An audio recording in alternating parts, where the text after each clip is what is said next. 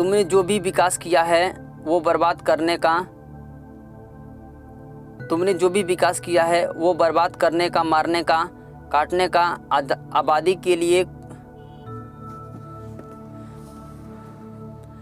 तुमने जो भी विकास किया है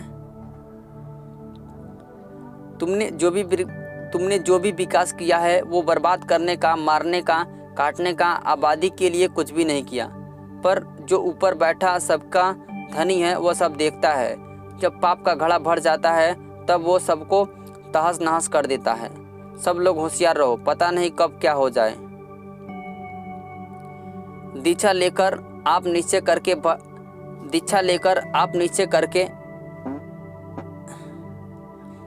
दीक्षा लेकर आप निश्चय करके बैठोगे कि हम भजन करेंगे, कुछ कमाई करेंगे, तो आपके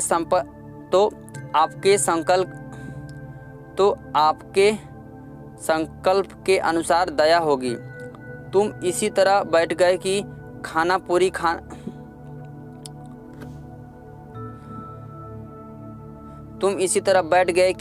खाना पूरी करना है, तो जैसे बैठे वैसे ही उठ गए। एक हो गया।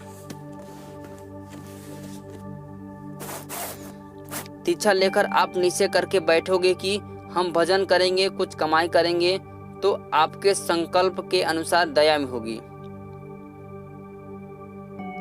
तुम इसी तरह बैठ गए कि कहना पूरी करना है, तो जैसे बैठे वैसे ही खड़े हो गए और कुछ भी नहीं हुआ।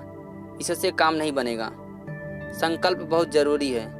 कभी कभी जीवन में संकल्प से बड़े बड़े काम बन जाते हैं।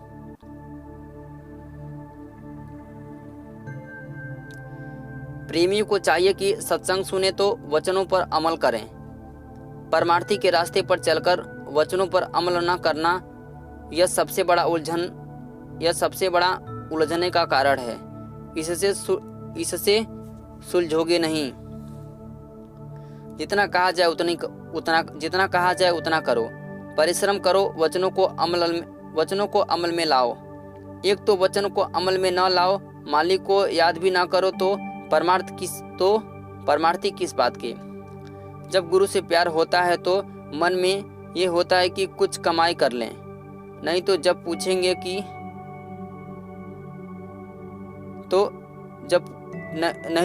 पूछेंगे कि क्या कमाया तो हम क्या कहेंगे।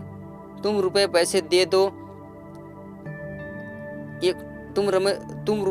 दे दो, ये कुछ नहीं। गुरु की प्रसन्नता इसमें नहीं होती। यह तो यहाँ का व्यवहार है। परमार्थ का धन अलग है। गुरु नाम की कमाई से खुश होते हैं। तुम सोचते हो कि हमने गुरु को धन दे दिया, वह सामान दे दिया, तो यह सब तो मिट्टी है। शरीर भी मिट्टी है। यह आपस का व्यवहार है, परमार्थ नहीं है।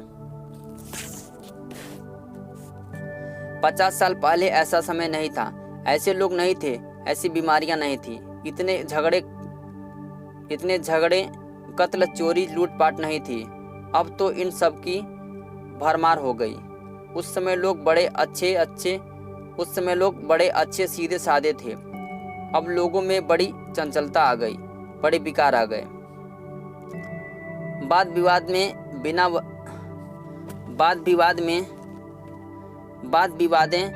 बिना माना, जहां वाद विवाद होने लगे वहां चुप हो जाओ। वाद विवादें बिन माना, जहां वाद विवाद होने लगे वहां चुप हो जाओ। इस जड़ी बूटी को बराबर साथ रखो। जब कोई अपरी बोले तो चुप हो जाओ, पत्नी बोले तो पति चुप हो जाए, और पति बोले तो पत्नी चुप हो जाए। दोनों बोलने लगेंगे तो झगड़ा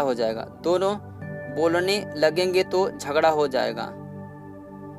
जो सत्पुरुष का रूप है वही रूप सूरज जीवात्मा का है। दर्पण को साफ करो तो रूप दिखाई देगा। वो रूप चमक रहा है, अंतःकरण गंदा है इसलिए दिखाई नहीं देता। भजन से कर्मों की गंदगी साफ होती होगी। भजन से कर्मों की गंदगी साफ होगी।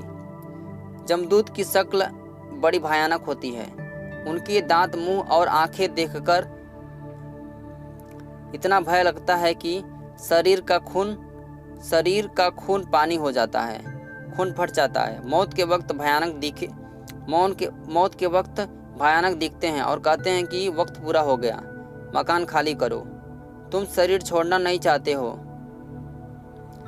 तो बड़ी मार लगाते हो और जबरदस्ती आत्मा को खींचकर शरीर से बाहर निकाल देते हैं। मैं देखता हूँ कि जो बच्चे माँ बाप की सेवा नहीं करते तो मुझे बड़ी तकलीफ होती है। माँ बाप के आशीर्वाद से, दुआओं से बच्चे फलते फूलते हैं। मुझे तो उनकी सेवा करने का सौभाग्य प्राप्त नहीं हुआ, वरना मैं लोगों को दिखा देता कि माँ बाप की सेवा कैसे की जाती है।